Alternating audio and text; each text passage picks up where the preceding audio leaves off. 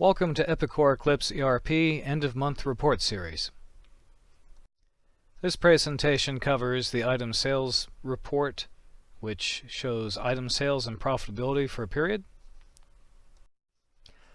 This is a fairly simple report to run and set up. Unfortunately, there seems to be a downside to it. Every time that I've tried to run this report in hopes that it would give me what I wanted, invariably it doesn't. Or it gives it in a form that I really didn't need. Usually what I think I want out of the item sales report usually is actually provided by the product sales report, so you might want to run that instead, but your mileage may vary. Maybe this will be the thing that'll just do the trick for you. Our first example is going to be to run the item sales report against the Leviton buy line for a 1 month period. And we're going to do a detail level down to product level because it wouldn't be useful otherwise, and to put the column headings of quantity, sales, GP, and GP percent. That's what we want to see. And we're going to include credits and directs and exclude miscellaneous charges. And if you go under and do a category selection, you can filter down to a particular customer if you wanted from this, or a lot of the selections that they provide here probably actually wouldn't work in this report, but there might be a couple. And typically you're going to run this on the cost of goods sold, average cost of goods sold. The generic cost wouldn't be terribly helpful for you.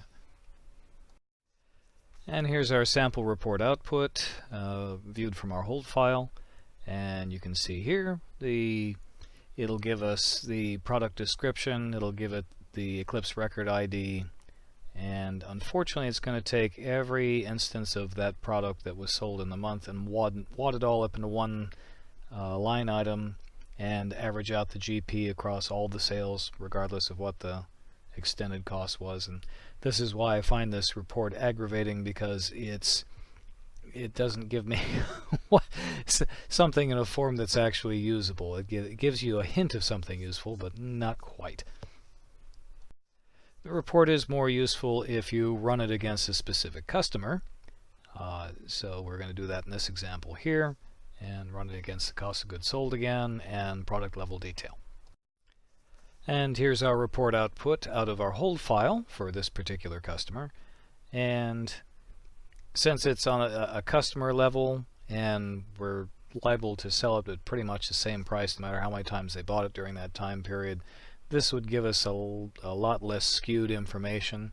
But notice what's missing here. You're missing sales order numbers, you're missing ship dates, just about all of the things that would really make this report particularly useful. And that's why I say you're better off with the product sales report than the oddball skewed stuff that you kind of get with this one.